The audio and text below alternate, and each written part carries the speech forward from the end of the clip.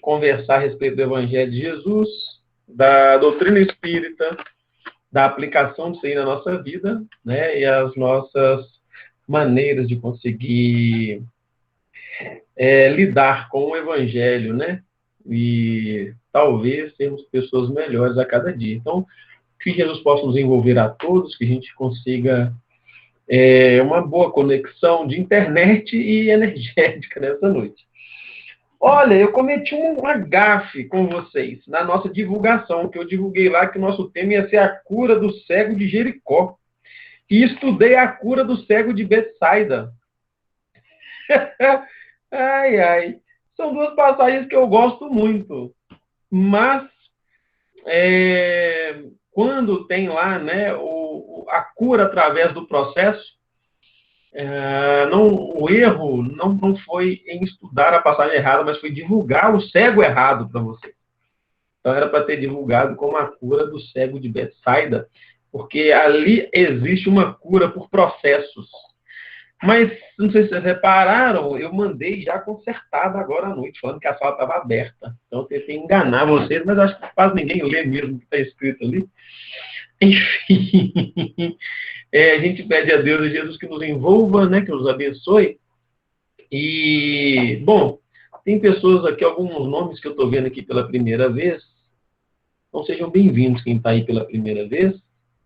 Gente, qualquer dúvida, você já sabe, né? Escreve no chatzinho aí, qualquer comentário, né? E se a gente puder, se a gente conseguir ir desenvolvendo aí as questões durante o nosso estudo, a gente vai desenvolvendo. O importante é a gente conseguir sair melhor do que chegamos. Tem uma pessoa aqui me dizendo que não está conseguindo entrar na sala, eu estou tentando liberar ela aqui. Mas enfim, vamos lá. Vou começar com a leitura do Evangelho desta passagem que está em Marcos, no capítulo 8, os versículos 22 até o 26. Ok? Marcos narra assim para a gente. Dirigem-se para Betsaida, Jesus e alguns discípulos. Trazem-lhe um cego, rogando que o tocasse. Segurando a mão do cego, levou-o para fora da aldeia e, cuspindo-lhe nos olhos e impondo-lhe as mãos, perguntava-lhe: vês alguma coisa? Recobrando a visão, dizia: vejo os homens, porque os vejo como árvores que andam. Então, novamente, impôs as mãos sobre os seus olhos. Ele viu em profundidade e restabeleceu-se. E via pormenorizadamente, com clareza, a todos. E o enviou para sua casa, dizendo: não entre na aldeia. Então, essa é a nossa passagem, esse é o nosso cego de Betsaida, que vai buscar Jesus e lhe pede, né, que o tocasse. Bom, por que a gente trouxe, né, na divulgação como sendo esse aí uma cura em processos? Porque Jesus trata este caso de uma forma diferenciada de muitos casos que ele trata sem fazer processos. Então, tem aí, sei lá, a mulher que sangrava, que só de tocar nas vestes de Jesus foi curada. Tem Lázaro, que Jesus só manda vir de dentro do túmulo, né? Tem o cego de Jericó, que Jesus também, né, o toque, ele volta a enxergar. Tem os paralíticos, que Jesus falava, levanta e anda. E nesse, Jesus faz um ritualzinho. Perceberam? Jesus faz um ritualzinho para curar essa pessoa. E isso já é para a gente motivo bastante para entender assim, não adianta querermos tratar todas as pessoas iguais, uma vez que todas as pessoas elas são diferentes. Então, nós vamos encontrar com Jesus, mais do que nunca, uma forma bem pedagógica respeitando cada um. Então, Jesus passava por uma aldeia. E na semana passada, lembra que a gente falou também, né, tratamos o tema de uma vivência de Jesus de forma filosófica, é o que nós vamos fazer aqui, tá? Nós vamos tratar o assunto por uma perspectiva filosófica. Todos os assuntos, eles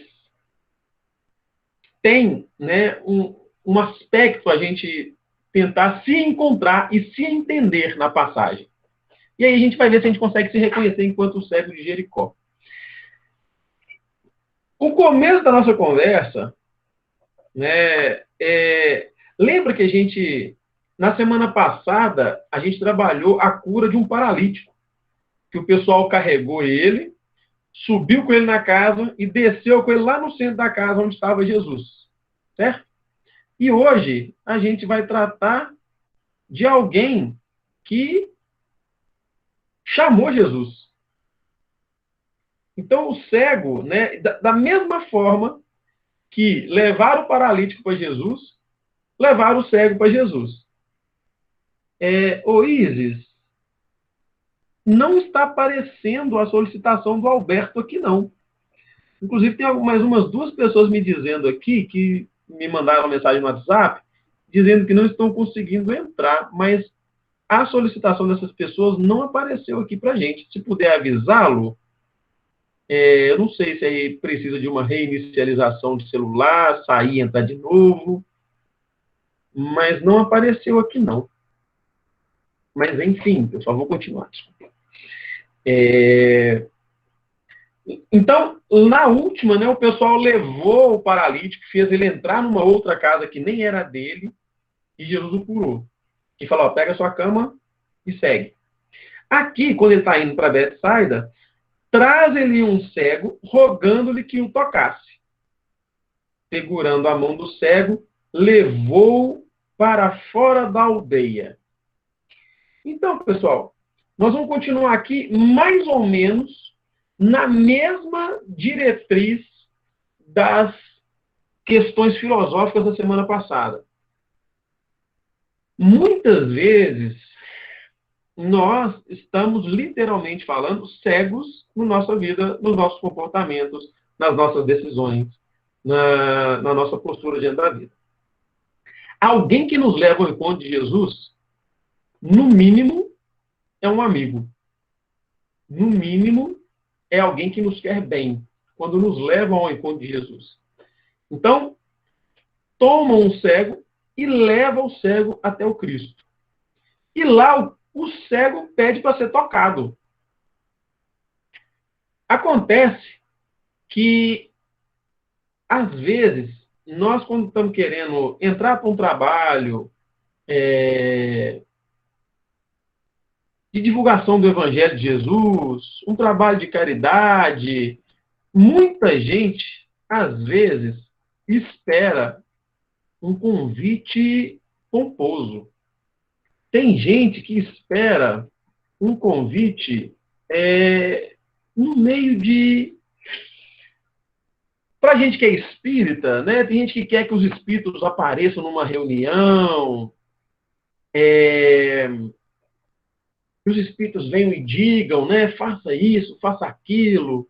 A gente espera ser tocado de uma maneira pública. A gente espera que as nossas curas, por exemplo, né, vão acontecer de forma ostensiva. Nós vamos dar aquele estralo no meio do povão, assim, vamos virar pessoas franciscanas, né, Madres Teresas, né, Gandhis, e por aí vai. E Jesus, ele tem um jeitinho de tratar cada um. E o cego vai lá e pede ele para ser tocado. E Jesus o toca. Só que Jesus toca ele, o que faz? Segurando a mão do cego, levou para fora da aldeia.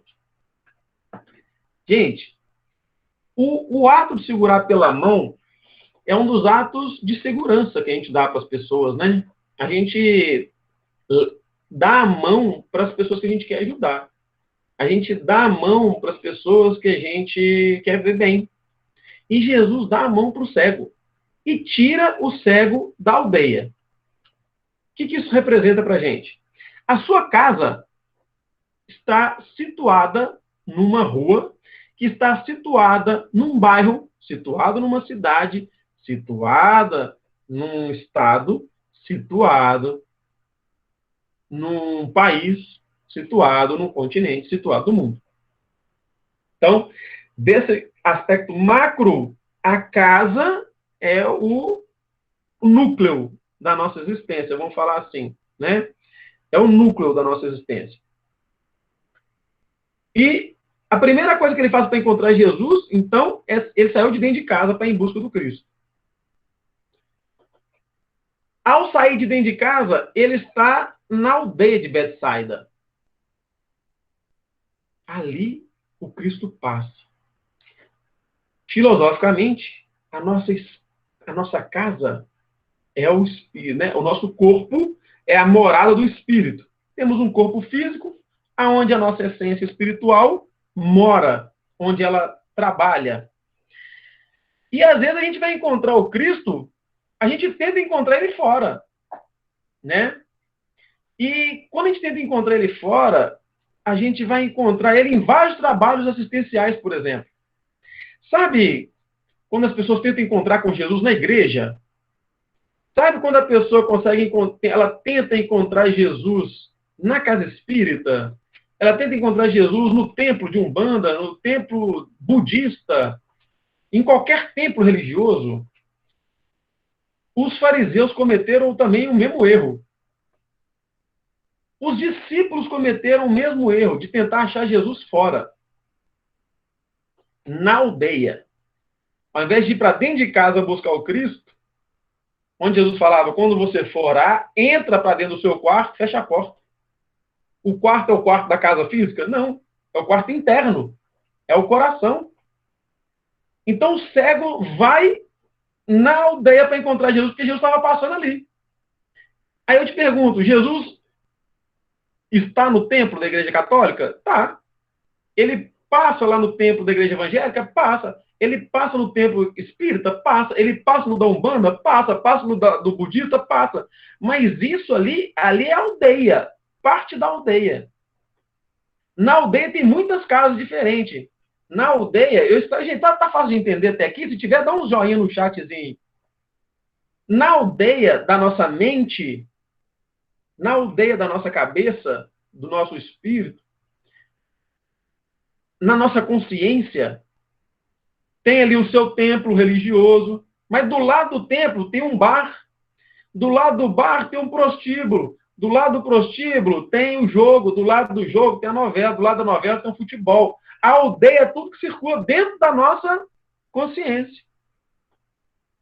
E aí, filosoficamente falando, os templos, eles são também uma coisa que reside na aldeia. E Jesus passa por lá. Não quer dizer que você vai necessariamente encontrá-lo lá. Me entendem? Então, o que a gente vai tentar entender é que Jesus, ao passar na aldeia, Jesus passa lá na casa espírita que você frequenta, passa na igreja que você frequenta, o negócio é você saber se você vai conseguir encontrar ele. Quando ele passa na aldeia, o que acontece? O cego vai e fala assim, me toca.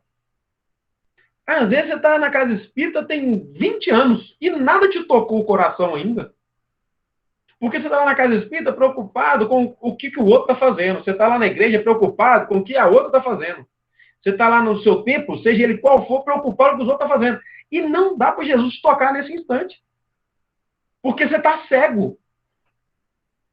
Mas quando vem a vontade sincera, quando vem a vontade profunda, o que acontece? Jesus fala para ele assim, dá a mão aqui.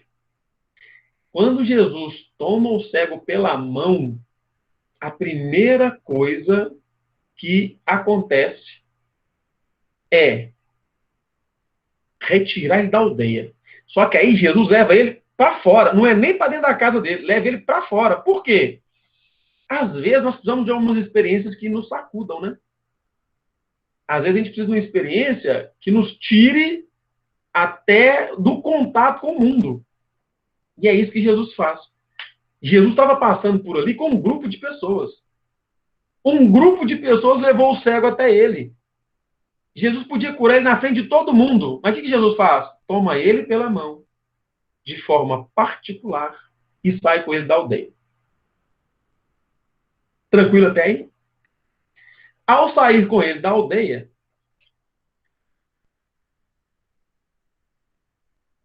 levou para fora e, cuspindo-lhe nos olhos e impondo-lhe as mãos, perguntava: vês alguma coisa?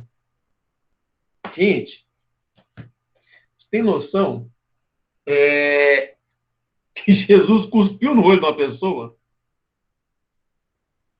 Essa cuspida de olho de Jesus, ela é muito representativa, principalmente para as pessoas preconceituosas no quesito religiosidade. A forma com que as pessoas encontram com Deus não é da sua conta. A forma com que as pessoas manifestam a sua fé não é da sua conta. Por que eu estou falando isso? Para que a gente pare com o julgamento de querer falar qual que é a forma certa e qual que é a forma errada. Com certeza, algumas pessoas que acompanhavam Jesus só de tocar e falar levanta e anda, só de olhar e falar sua fé te curou, de nem olhar de uma pessoa encostar nele e sair curada, ia falar assim: uai, mas para que está cuspindo na pessoa? Jesus está vaidoso lá, está mostrando que a saliva dele cura. Ia lá, está obsediado, está com um demônio no corpo, porque agora lá está curando cuspindo. Só que Jesus conhecia a intimidade daquele ser. Jesus não precisava de estar perto dele para curar ele, porque Jesus cura de longe o soldado do centurião. Não sei se vocês conhecem essa passagem, né? O centurião chega e fala assim: ó, Senhor, eu ordeno homens, eu comando homens, e se eu der uma ordem para um soldado meu, ele vai fazer. Você não precisa de ir lá na casa do meu servo. Manda que seus anjos daqui curem ele lá, que eu sei que vai acontecer. E Jesus fala do tamanho da fé desse homem. E fala assim: ó, ele está curado. Jesus. Isso é para a gente entender que ele não precisava cuspir no olho do cidadão. Mas quem que precisava de ter o olho cuspido? Aquele cego. Ele precisava de receber a saliva do Cristo. E nós estamos falando do cuspe de um ser filho de Deus. Jesus, quando os apóstolos perguntavam: Senhor, você não vai se alimentar? Ele fala assim: ó, eu me alimento da vontade do meu Pai que está no céu.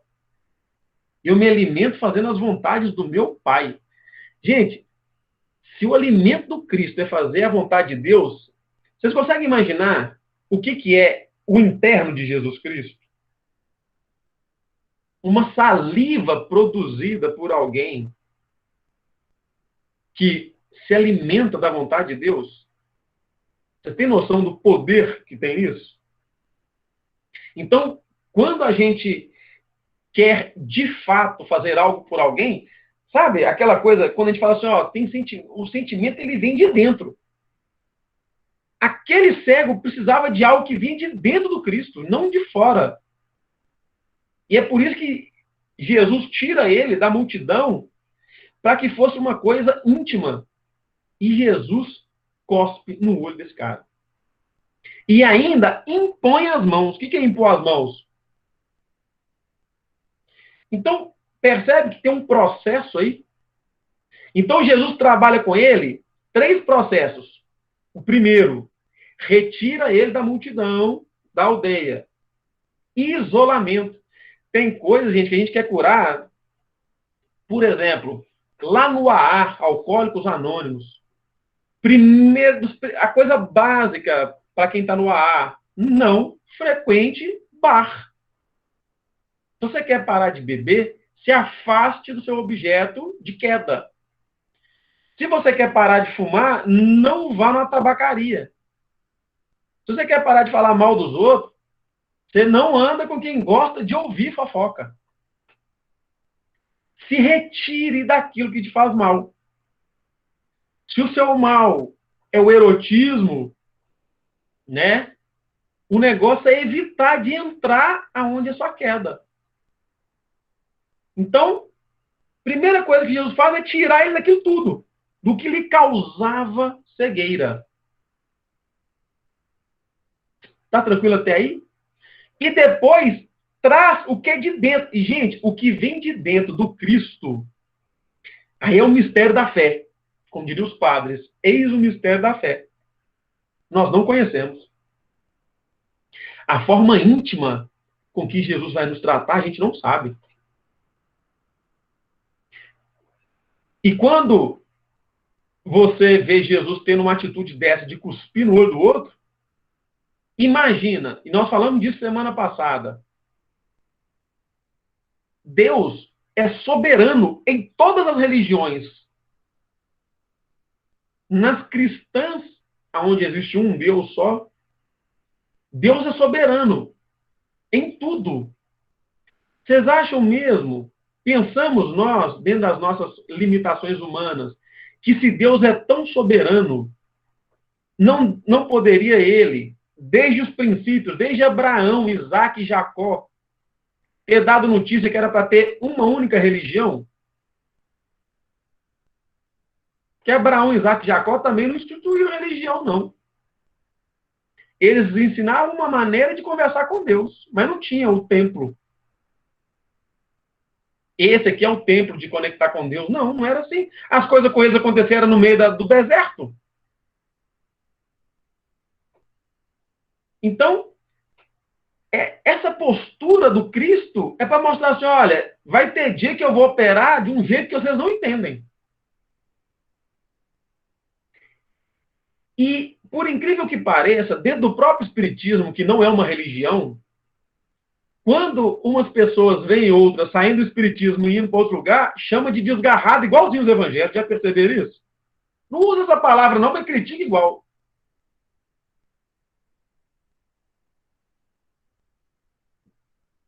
Critica igualzinho. E aí a gente não entende que vai ter algumas pessoas que vão solidificar a fé no Espiritismo, mas tem outras que vai ser no protestantismo, e tem outras que vai ser no catolicismo, e outras vai ser em outras religiões. O que a gente tem que aprender é parar de julgar, mas assim, gente, é parar de julgar com franqueza. Eu conheço, talvez a grande maioria dos espíritas que eu conheço, acha que a Umbanda está um passo atrás do Espiritismo, ou vários passos atrás, só porque trabalha de uma maneira diferente. Isso eu falo sem medo de ser crucificado, porque eu conheço muitos espíritos. E vejo a vaidade no olhar de todos quando se trata da Umbanda. É tanto que fala que é espírita kardecista, que morre de medo de ser confundido com um bandista, porque acha que a Umbanda é inferior. Da mesma forma que existem outras disputas em outras religiões. Então, o que seria bom do ser humano compreender é que, como diria Dalai Lama, a melhor religião é aquela que aproxima o homem de Deus, cara. E a melhor maneira que o Cristo vai encontrar para te tocar, e se for no meio da saliva, como é que vai ser? Você não vai aceitar? Certa feita, eu passando por uma situação delicada, fui num terreiro de Umbanda para tomar um passe, né? As casas espíritas que eu conhecia no dia não estavam, falei, vou no terreiro. Fui. Cheguei lá, era dia de preto velho, fui conversar com a preta velha. E na Umbanda é assim, não sei se todo mundo conhece. Você chega e o médium que ficar desocupado lá, você vai no guia dele. Eis que saiu lá para mim, um momento eu fui lá conversar com a preta velha. A preta velha me olhou, começou a conversar comigo. Mas, gente, ela começou a me contar a história da médium. Que a médium tinha trabalhado na casa espírita há mais de 15 anos. Falei, gente, eu nem perguntei. Mas, olha que interessante. Eu, que estudo espiritismo, caí para conversar através de uma médium que estudava o espiritismo. E deixou o espiritismo para ir para a Umbanda. E ela usava tanto do vocabulário espírita que eu conheço, que aquilo me impressionou de tal maneira que eu pensei, nossa, que profundo.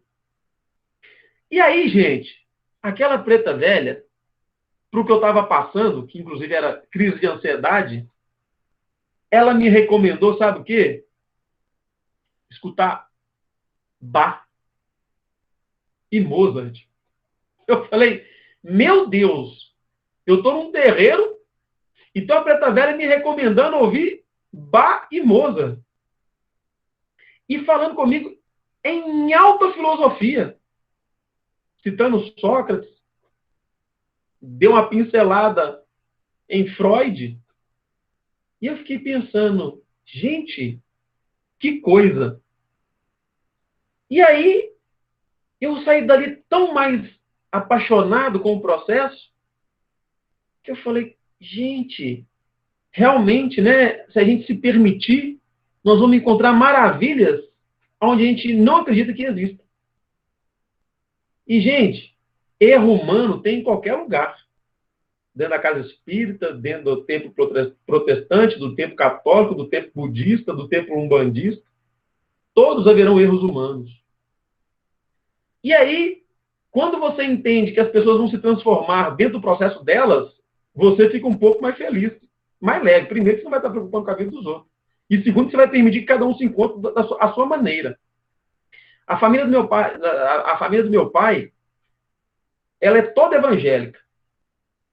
E por sermos espíritas, não frequentam a nossa casa já tem alguns anos. As visitas são muito rápidas, de 2 tios só.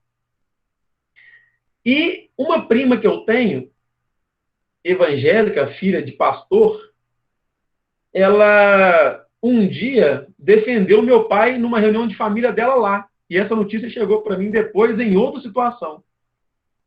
Onde começaram a criticar o espiritismo e lá falar mal do meu pai entre eles, e ela falou assim, gente, fala com vocês um negócio.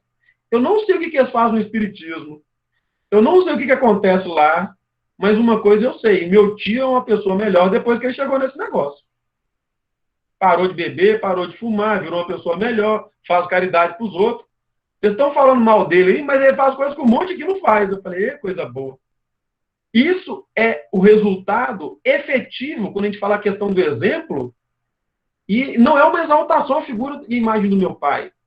É só que para alguns lá, como meu pai era desgarrado por não fazer parte da igreja, outra pessoa que está lá dentro, mas ao mesmo tempo tem a cabeça mais aberta para entender, ela falou assim, olha, por que eles estão preocupados com o templo que ele frequenta, sendo que ele virou uma pessoa melhor? É isso que a gente tem que ver. Não interessa qual que é o tempo. Gente, vê se a pessoa está ficando uma pessoa melhor. Se ela estiver virando uma pessoa melhor, tá certo. E não é uma melhor dentro do que você acha que é melhor, não. É para saber se ela melhorou mesmo dentro do quesito dela. E aí Jesus cospe e impõe a mão. Às vezes é preciso mais de um movimento de Jesus. A hora que Jesus impõe as mãos nos olhos dele, Jesus pergunta para ele assim, vês alguma coisa? Recobrando a visão, olha só, a visão do cego já foi revista, reapareceu, e ele falou, vejo os homens, porque os vejo como árvores que andam. E aí, como se não bastasse Jesus usar de uma terapêutica completamente diferente de tudo que já tinha feito, não fez o efeito 100% de primeira. Eu vejo, e aqui, gente, é uma questão de tradução, tá? Na tradução Ferreira de Almeida,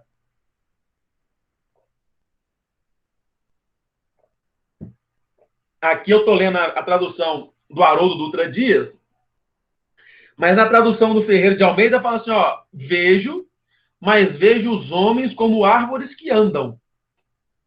O que isso quer dizer? Quando uma pessoa entra na religião qualquer, quando ela tem um contato qualquer com o evangelho, há um movimento aí dela descobrir que existem outras pessoas no mundo. E isso é interessante, porque algumas pessoas, quando elas assim, elas frequentam, mas não se envolvem, porque tem diferença entre você frequentar e se envolver com Cristo. Quando você se envolve com Jesus, você descobre que o mundo não gira em torno do seu umbigo. Você descobre que tem outras pessoas no mundo. E aí, você enxerga isso, mas talvez você não enxerga tão bem. Você só sabe, olha, eu não estou sozinho, não. Tem gente que sofre, tem gente que é pobre que sofre, tem gente que é doente que sofre, tem gente que perde um ente querido que sofre, tem gente que é depressivo que sofre. Mas você só, assim, você só entende que tem outros sofrimentos no mundo que não é o seu. Esse é o primeiro encontro de quem vai ao templo e lá ele encontra com Jesus. A vida faz sentido e ele fala, preciso fazer alguma coisa. Olha, eu enxergo que tem outras pessoas aqui que não só eu. Olha que movimento interessante. Só que para isso acontecer foi preciso de Jesus cuspir no olho dessa pessoa. E aí ele fala, vejo os homens, mas vejo como árvores. Quando você vê as coisas como árvore, o que isso quer dizer? Gente, não é todo mundo, principalmente um cego, que se ele vê uma figueira e um carvalho, ele não sabe qual é qual, não. Se ele vê uma oliveira, né, uma castanheira, um pinheiro, ele fala assim, o que você está vendo? Uai, eu estou vendo árvore.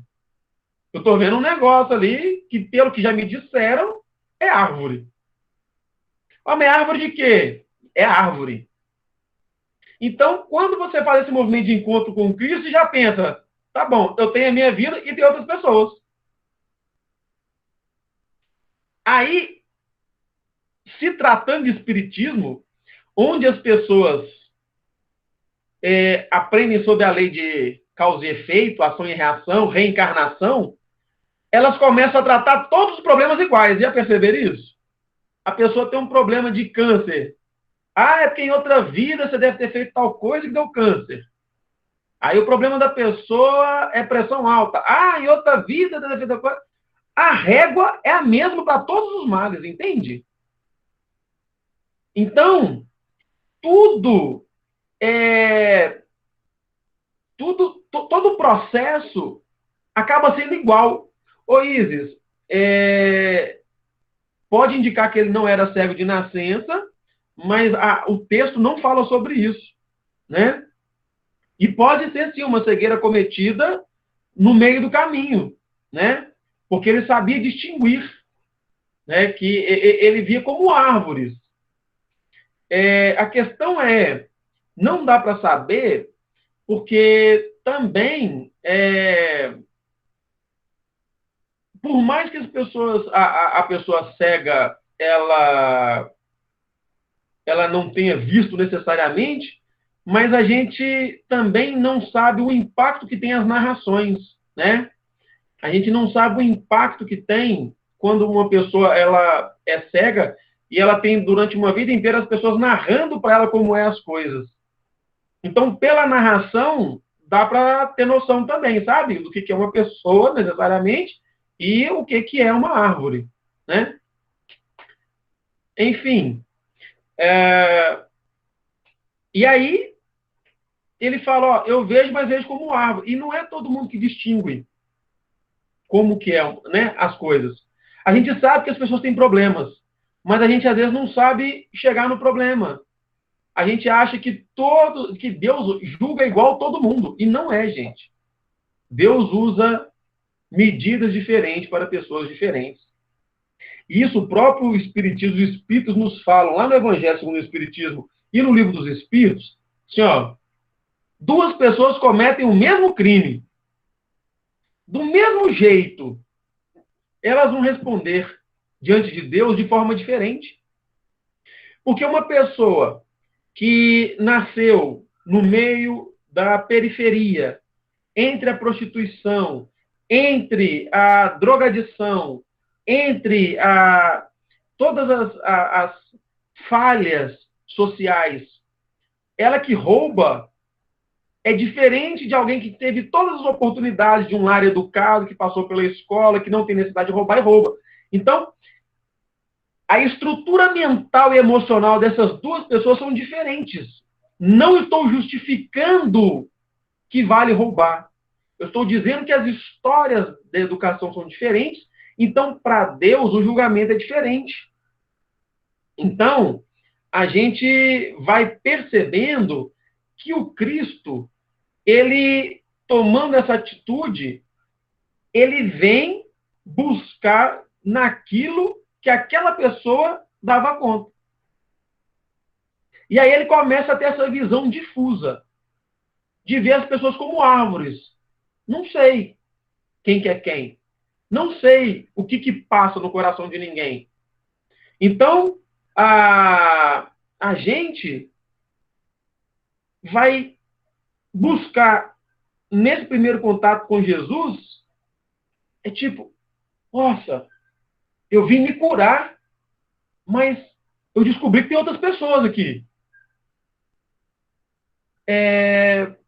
Ô Carlos, não necessariamente a nossa inércia, que, por exemplo, na tradução do Ferreira de Almeida, ele fala que vê os homens como árvores que andam. Então, não necessariamente da inércia. É mais sobre essa questão, assim, né, dentro da nossa compreensão, de não saber diferenciar mesmo o que é um, o que é outro. E ao não saber identificar, a gente ainda continua mais preocupado com a gente, por não estar enxergando bem. Só que Jesus não desiste desse ser. Olha que interessante. Jesus continua. Então, novamente, impôs as mãos sobre os seus olhos. Ó que interessante. Na segunda rodada, Jesus já não cospe no olho dele mais. Só impõe as mãos. Ou seja, aquele primeiro impacto, aquela coisa grosseira que Jesus usou, que é a saliva, já não foi preciso no segundo momento. Jesus só impõe as mãos. Então, às vezes, quando você chega no templo, faz, né, entra em contato com o evangelho, te dá aquela mexida gigante, sabe aquela pessoa que você fala assim, não, fulano entrou para a igreja, mas mudou da água para o vinho. Só que depois, as transformações, para elas acontecerem, é preciso que nós tenhamos atenção. Porque a segunda transformação, ou a terceira, ou a quarta, ou a quinta, talvez ela não chegue para nós com tamanho impacto. E aí Jesus só impõe as mãos. E aí é importante a gente estar atento ao refino da atitude de Deus e Cristo para conosco na nossa vida. Então não é sempre que Jesus, para te tocar, vai ser aquele estardalhaço, vai ser que. Não. Se você já foi tocado uma vez e você já enxerga as coisas como árvores, é importante você estar atento agora às imposições da mão de Jesus. E, gente, aonde Jesus bota a mão, de vez em quando, a gente não entende muito bem, não. A hora que Jesus põe a mão dele na nossa vida, a gente toma um baque, muitas vezes. E o que acontece? Jesus fala assim, então novamente impôs as mãos sobre os seus olhos, e ele viu em profundidade, e a sua visão restabeleceu-se. E via pormenorizadamente, com clareza, a todos.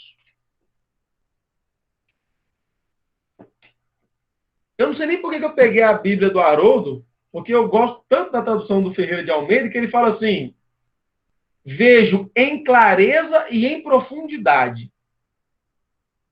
Olha que interessante. Depois da imposição de mãos, que é um trabalho mais sutil do que o cuspe, ele começa a ver com clareza e em profundidade a todos. O que isso quer dizer? Quando o evangelho de Jesus faz sentido na minha vida de forma mais profunda, eu paro de achar que todas as pessoas são iguais. Uai, cara, mas nós não somos iguais, não? Não, não somos. Entender esse discurso errado é que complicou a nossa vida. Quando as pessoas falam assim, ó, todos nós somos iguais. Aí se aparece um homossexual na sua vida, você não aceita ele porque ele pensa diferente e sente diferente de você. Ah, mas se nós somos iguais, por que ele não é hétero? Se aparece um pobre, as pessoas não aceitam porque, uai, nós somos tudo ricos, ele é pobre, como é que eu vou aceitar essa pessoa? Ele é diferente. E da mesma maneira como tem muito preconceito de pobre contra rico, chega um rico para ajudar, os pobres não aceitam, porque fala que ele é diferente, e fala que ele rouba só porque ele é rico. Estou cansado de ouvir esse tipo de discurso. A nossa única igualdade, gente, é a nossa diferença. Sermos diferentes. Então é importante que a gente entenda as nossas diferenças e aceite as nossas diferenças. Quando você tem o Evangelho de Jesus no seu coração, você enxerga as pessoas com clareza e com profundidade. Acaba essas receitinhas de bolo. Ah, faça aí, né? 30 Ave Maria, 30 Pai Nosso. 10 Ave Maria, 10 Pai Nosso e um Salve Rainha.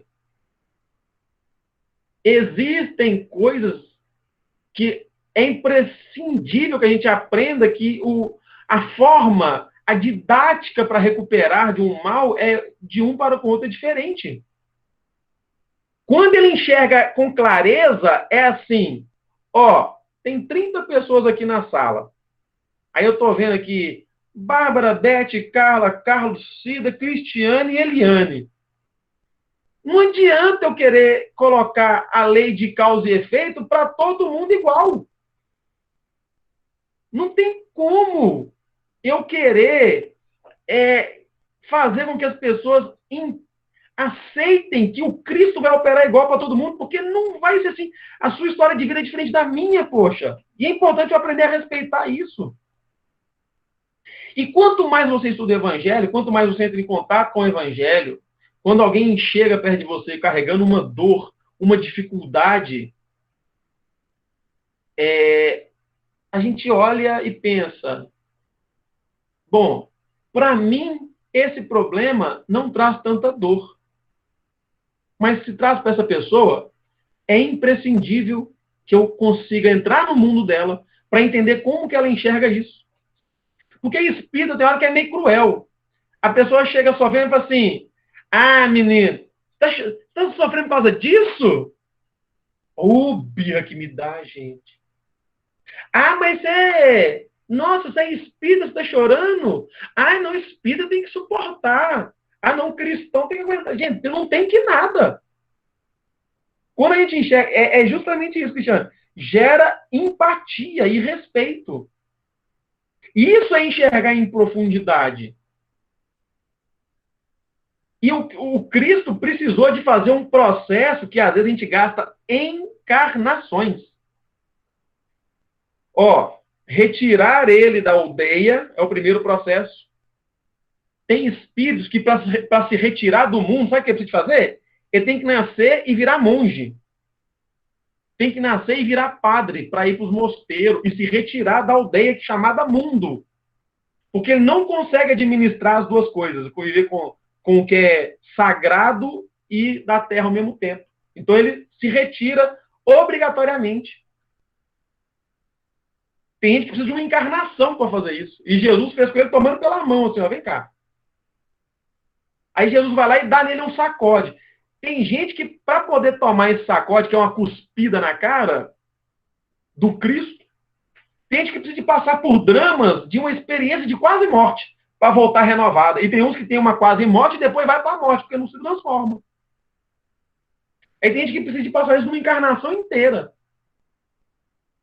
E tem gente que depois de passar por isso, aí vem para a imposição de mão. Aí depois de passar sair do mosteiro, passar pelo baque das vidas sofridas, e ainda não ter aprendido bem, aí tem que vir para o Espiritismo.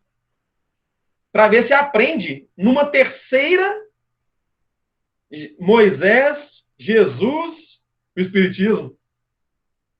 Consegue enxergar? Na passagem? das 3 revelações. Então tem gente que precisa do espiritismo, que é uma terceira imposição de mão para voltar a enxergar. Tem gente que já enxerga lá no cuspe. Tem gente que enxerga só de Jesus botar a mão. Jesus toca e fala assim, levanta e anda. Lembra que a gente falou lá semana passada de Jesus falar assim, está perdoado os seus pecados? E mesmo assim o outro continuou paralítico? Se Jesus tocava nos outros e curava, de tocar na mão do cego, por que o cego não ficou curado? Gente, isso são chaves para a gente entender que a cura é de dentro para fora. Se aquela mulher que sangrava se curou de tocar nas vestes de Jesus, como é que o cego não voltou a enxergar com Jesus tomando ele pela mão?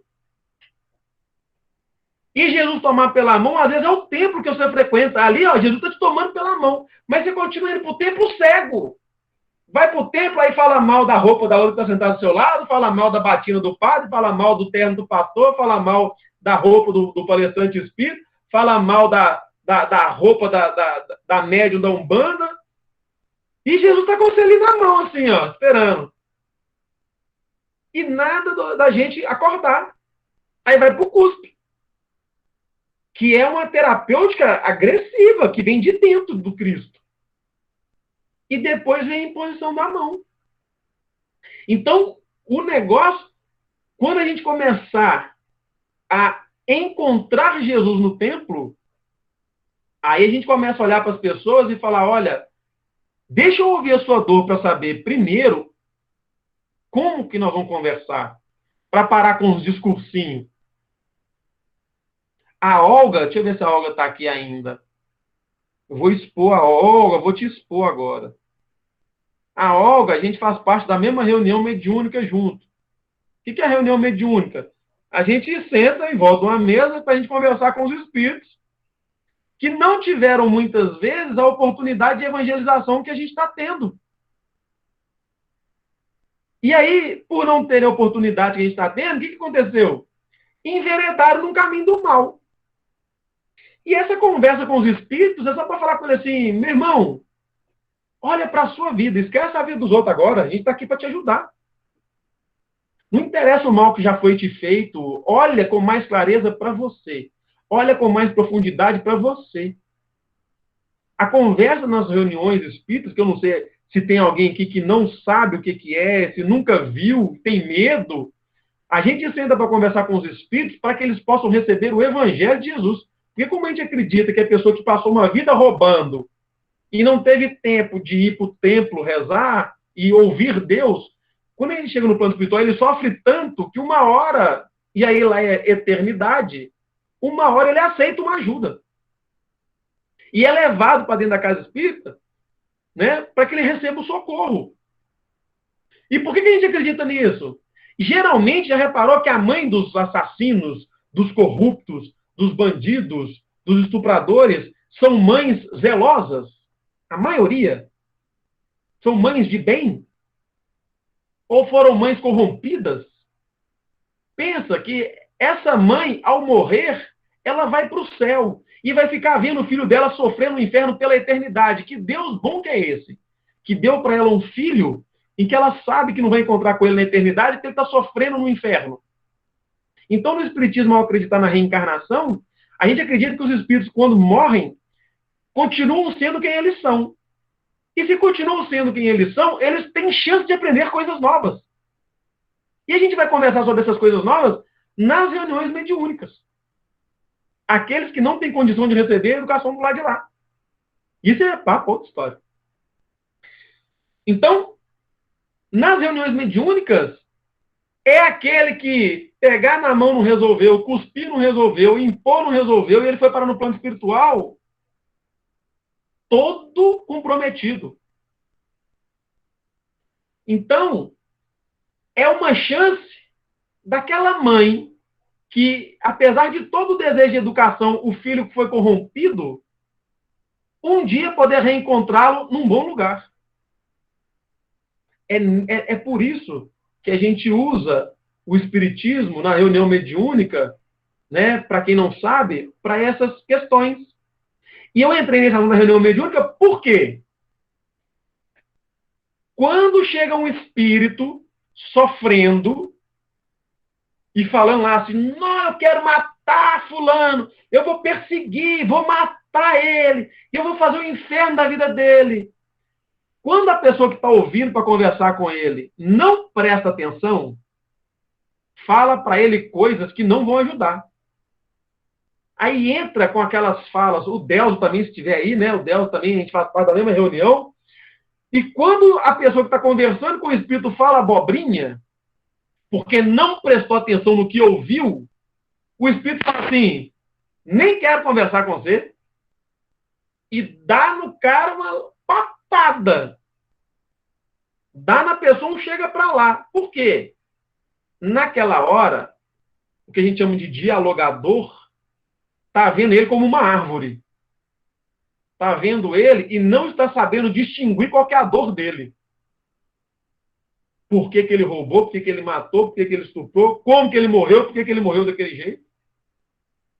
E aí, quando a pessoa, ao contrário, o ouve, que aí é uma tarefa que a Olga e o Delzo fazem muito bem, quando ouve o Espírito e fala assim, ô meu irmão, realmente, você tem todo o direito de cobrar dessas pessoas o mal que foi feito a você.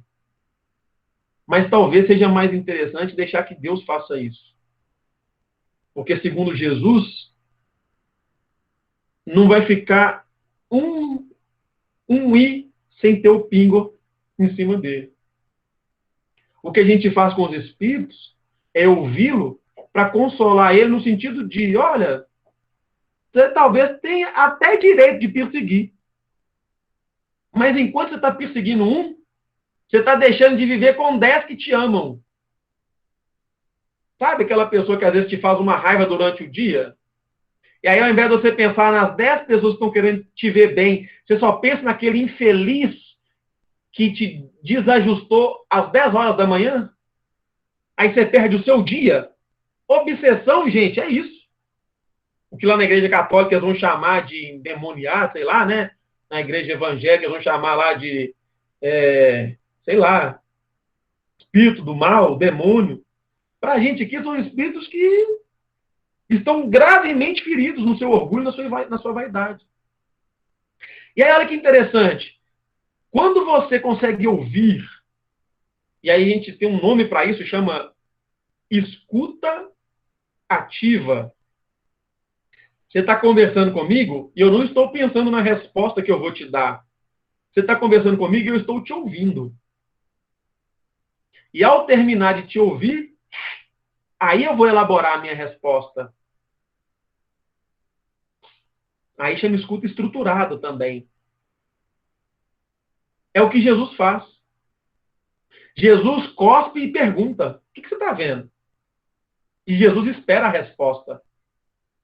Só depois da resposta que Jesus impõe as mãos de novo. E a hora que ele fala que está vendo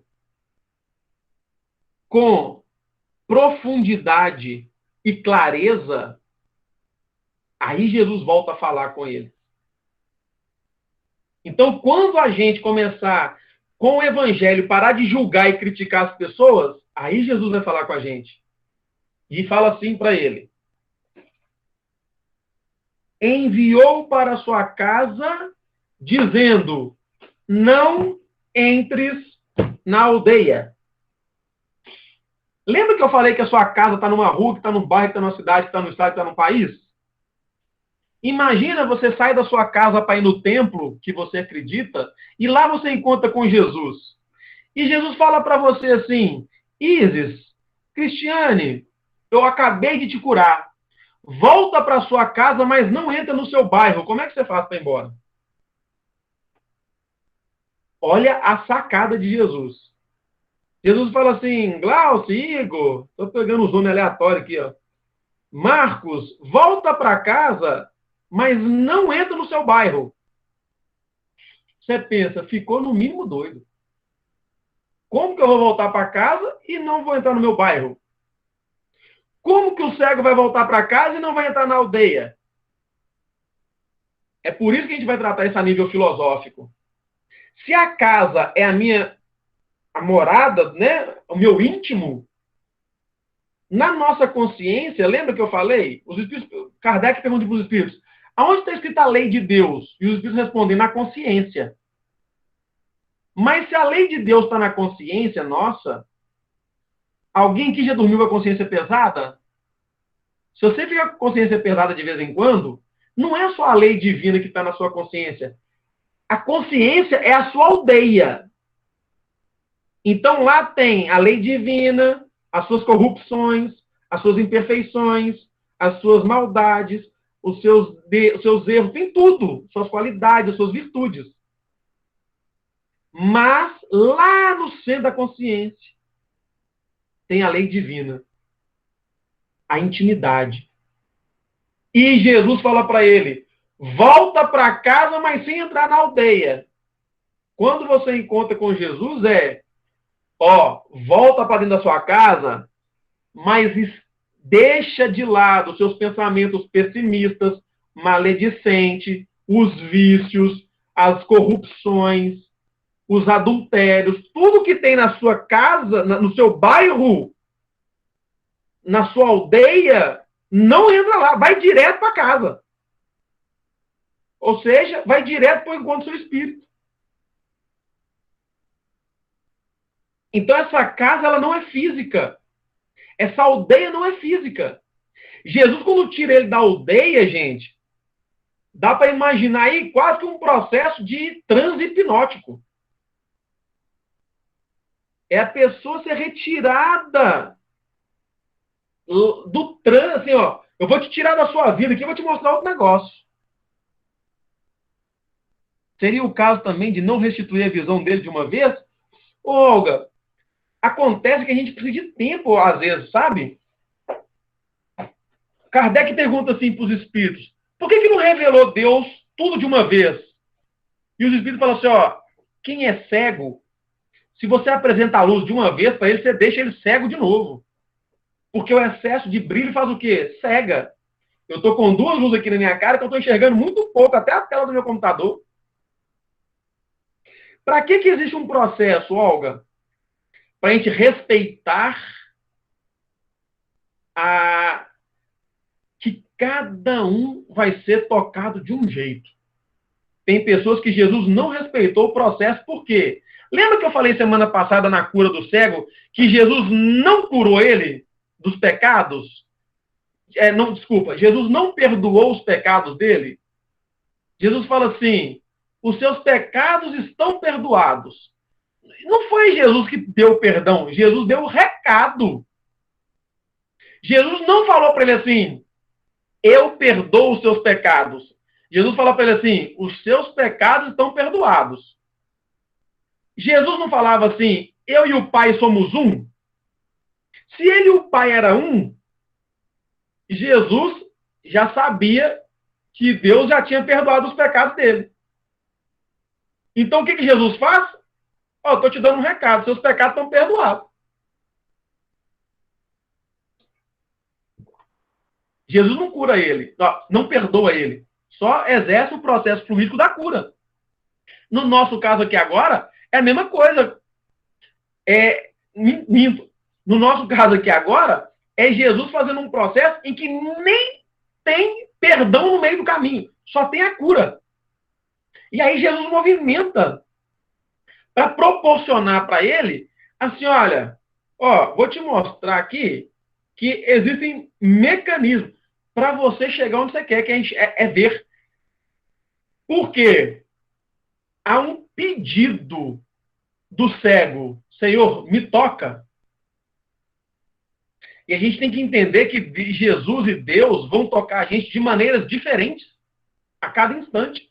E se Jesus te toca de um jeito hoje e amanhã você vai esperar do mesmo jeito, amanhã Jesus te toca e você não sente. É por isso que não dá para ele não dá para ser de uma vez, sabe, Olga? Para ele tinha que ter, para essa pessoa, gente, teve que ser diferente. E para você que é diferente dessa pessoa, provavelmente você vai ter os seus jeitos de ser tocado. Então, não fica com inveja como que Jesus age na vida do outro. Como que Deus age na vida do outro. Descubra como Deus está agindo na sua vida. Descubra como o Evangelho de Jesus vai tocar na sua vida. Porque não... Gente, todo mundo no espiritismo queria ter a mediunidade de Chico Xavier. Mas não tem. Porque aquilo era o Chico. O jeito que é Chico é o Chico, Divaldo é o Divaldo, Haroldo Dutra Dias é Haroldo Dutra Dias, Wagner Paixão é Wagner Paixão, e por aí vai. Aceite. Porque como a gente vê alguns casos maiores, a gente quer que na nossa vida aconteça igual. Aceita o tamanho do milagre que Deus tem para você. Porque a hora que você parar para observar, não vai ser grande aos seus olhos, como aconteceu na vida do seu companheiro da sua igreja lá. Mas, talvez, para você, seja grande o suficiente para você voltar a enxergar a vida em profundidade. Para você enxergar a vida pormenorizadamente. Para você enxergar a vida com clareza, a sua vida.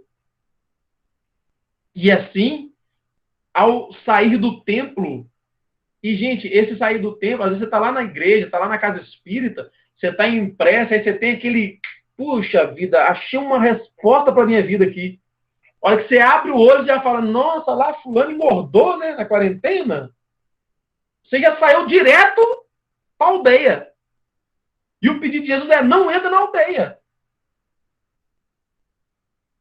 Encontrou com Cristo, vai para casa. E qual que é a casa? Sua intimidade. Eu preciso mudar o que aqui agora para continuar servindo? A nossa casa íntima é para ser bem cuidada. Então, pessoal, eu espero que nós possamos, a cada encontro com Cristo, compreender que Ele vai operar em nós. Primeiro, é importante que a gente peça, como o cego pediu. E como Jesus falava, eu não vim para quem está são, eu vim para quem está doente. É importante que a gente descubra quais são as nossas mazelas. O que eu preciso de ser curado? Eu preciso, em qual setor da minha vida, de uma cura, para que eu possa pedir para Jesus e que, ao pedir, eu esteja disposto a receber. E Jesus, quando vem te curar, ele não pergunta como que você quer, não. Ele vem e faz. Percebe? A gente quer uma cura, mas quer que seja sem dor. Sabe? Imagina se Jesus falar para você, ó, eu vou cuspir no seu olho para te curar. Você quer? Talvez ele fale assim, quer não. Aí, às vezes, a gente vai lá na casa espírita, pega um receituário, o espírito fala assim, fazer campanha do quilo. Eu falo, não, mas não tem nada a ver com o que eu estou passando. Então, pessoal, que a gente possa compreender, né, nessa passagem de hoje, que é o do cego, do cego de Betsaida e não de Jericó, que a gente possa compreender que a forma com que Jesus vai trabalhar nas nossas vidas é diferente. Então, deixa o católico ser católico, deixa um bandista ser um bandista, deixa o protestante ser protestante, deixa o católico, né, já falei, né, deixa o budista ser budista, deixa o ateu ser ateu. Mas se algum dia algum deles te perguntar o que você usa? Aonde você busca? Não é para você cuspir no olho dele, não. Mas você conversa com ele e apresenta para ele. Porque talvez descobrir que o espiritismo não é uma macumba possa ser uma cusparada no olho. Talvez descobrir que a Umbanda não é menos que o espiritismo possa ser uma cusparada no olho do espírita. Descobrir que o protestantismo não é menos do que o catolicismo pode ser uma cusparada no olho do católico. E descobrir que o catolicismo não é menos que o protestantismo pode ser uma cusparada no olho do protestante de todo mundo. O que nós temos que entender é que quando a gente descobre que as pessoas estão em busca de Deus, esse caminho está bom, esse caminho vale. E que a gente possa compreender a forma com que Jesus está nos chamando, a forma com que Jesus nos apresenta a cura da cegueira dos nossos olhos sobre a nossa própria vida. E ao enxergar a própria vida, a gente descubra que talvez eu precise de buscar Jesus mais de uma vez para me ver curado. talvez eu precise de mais de apenas ir só ao templo. Às vezes eu preciso de fazer alguma coisa para a minha cura se concretizar. Às vezes é importante que eu entenda que o processo para a minha vida seja algo necessário para que eu aprenda a valorizar aquilo que me falta. E às vezes o que me falta é o olhar do amor, é o olhar da empatia e da compreensão. E isso, hoje, mais do que nunca, a gente vê muitas bandeiras levantadas. Bandeira do feminismo, bandeira do racismo, bandeira da LGBT, bandeira contra, né, a gordofobia, bandeira do pobre, bandeira do deficiente. E se passa na sua cabeça assim, ai, todo mundo é igual. Você está vendo as pessoas como árvores. Veja que essas bandeiras defendem pessoas que se veem sozinhas. Veja com profundidade a importância dessas bandeiras. Estude sobre isso. Aprenda sobre isso. Para que você possa ver em profundidade e compreender que o homossexual não recebe da sociedade o mesmo amparo que o heterossexual. Que o negro não tem o mesmo trato do branco dentro da sociedade. Que o gordo sofre e às vezes suicida porque ele não tem a mesma apreciação do que a beleza estética imposta pela sociedade. Que o pobre, muitas vezes, não teve acesso à educação que os classe média alta tiveram. Quando você entender isso, você vai parar de achar que todo mundo é igual. E ao ouvir uma história, antes de julgar, você vai buscar se aprofundar mais para poder ser mais útil para essas pessoas. E que possamos permanecer com Cristo, não só hoje, mas em todos os dias da nossa vida. Eu agradeço a atenção e o carinho de todo mundo, peço perdão, porque já passei 10 minutos do nosso tempo, né? Que Jesus possa permanecer conosco, nos envolver. Eu vou pedir somente um breve hino para servir de prece final por nós, né? E se tiver alguém aí que possa nos ajudar, né? A fraternidade, ela continua dando cesta básica para as pessoas, mas a gente não pode fazer campanha do quilo por causa do isolamento. Então, quem puder nos ajudar, né, com doação de alimento, com, né, qualquer coisa, é quem quiser e quem puder, o quanto quiser e o quanto puder. E se não puder, tá tudo bem, tá tudo certo. Mas só para que as pessoas que, né, estão em quarentena também, e que elas possam ter o direito de se alimentar tanto quanto a gente. Então, pessoal, muito obrigado mais uma vez. Um beijo no coração de todo mundo. Sô Mendes, o senhor toca aquela musiquinha para nós? Por caridade. Oh, irmão sol, irmã lua, abra os meus olhos, quero ver a luz. Oh, irmão vento, irmã chuva, cantem pra mim canções que tragam paz.